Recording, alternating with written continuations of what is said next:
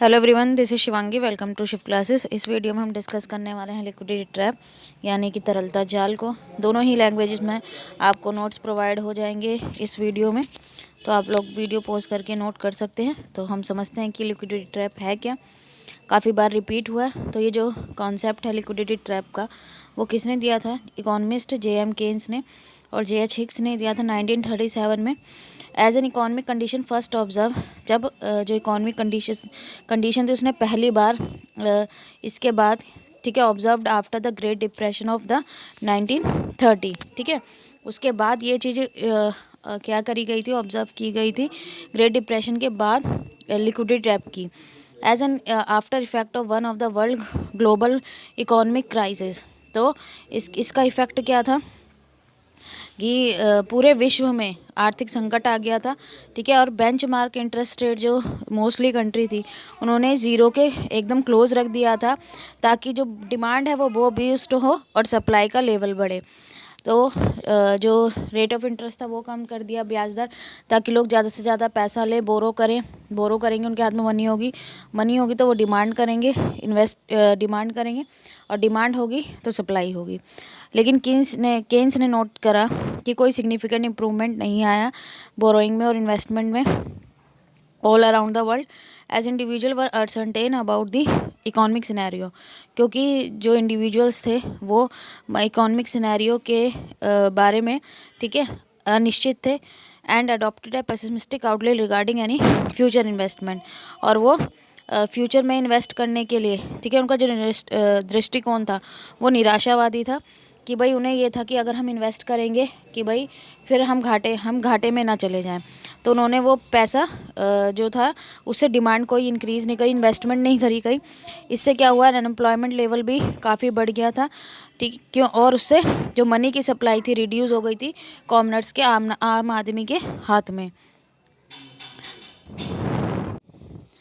तो तरलता जाल या लिक्विडिटी ट्रैप कौन से सिचुएशन है, जब इंटरेस्ट रेट इकॉनमी में काफ़ी लो लेवल का पहुंच जाता है। ये हमने यहाँ देखा भी कि जो कंट्रीज़ थी उन्होंने एकदम ज़ीरो के एकदम नियर जो था रेट ऑफ इंटरेस्ट रख दिया था।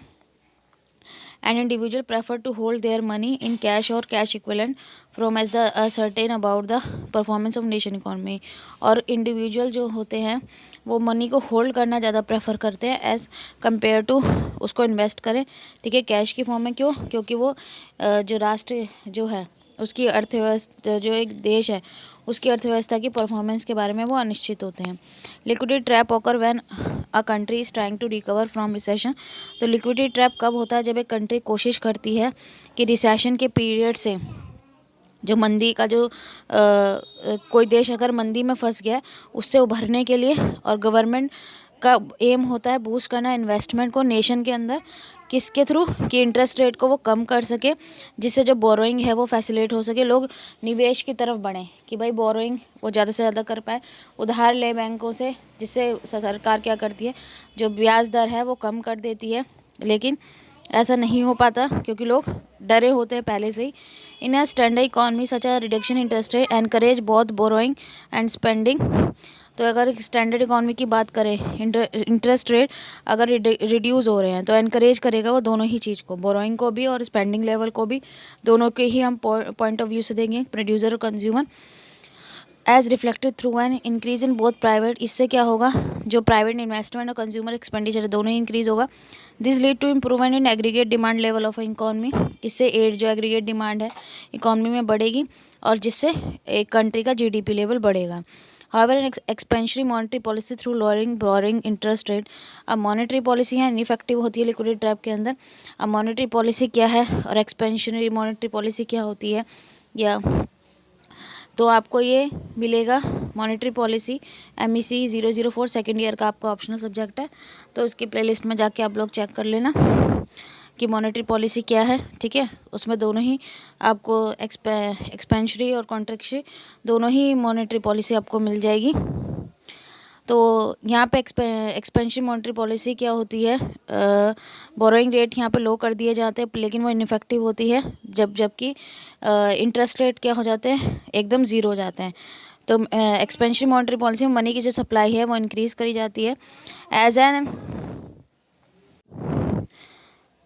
as an further reduction has no effect on the borrowing pattern of individual. Due to prevailing depressed demand and production level, individual prefer storing their money in the advent of weakened economic condition. तो यहाँ पे क्या है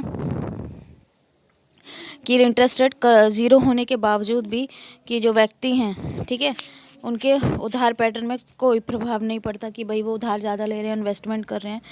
तो कमज़ोर मांग और उत्पादन के स्तर के कारण यहाँ पर जो व्यक्ति हैं, ठीक है, जो आर्थिक परिस्थितियाँ हैं कि भाई उनके आसपास भाई ग्रेट डिप्रेशन में चला गया था, तो वो पैसे को जमा करना ज़्यादा पसंद करते हैं कि उनको ये लगता है कि सेविंग अकाउंट में उनको ज़्यादा इंटरेस्ट मिलेगा एज़ कम्पेयर टू वो बोरो करें और उसको कहीं इन्वेस्ट करें, तो क्योंकि वो फ्यूचर को लेके अनसर्टेन होते हैं। आई होप आपको ये टॉपिक क्लियर हो गया होगा। अगर वीडियो अच्छी लगी हो तो like it, share it and subscribe my channel. Thank you.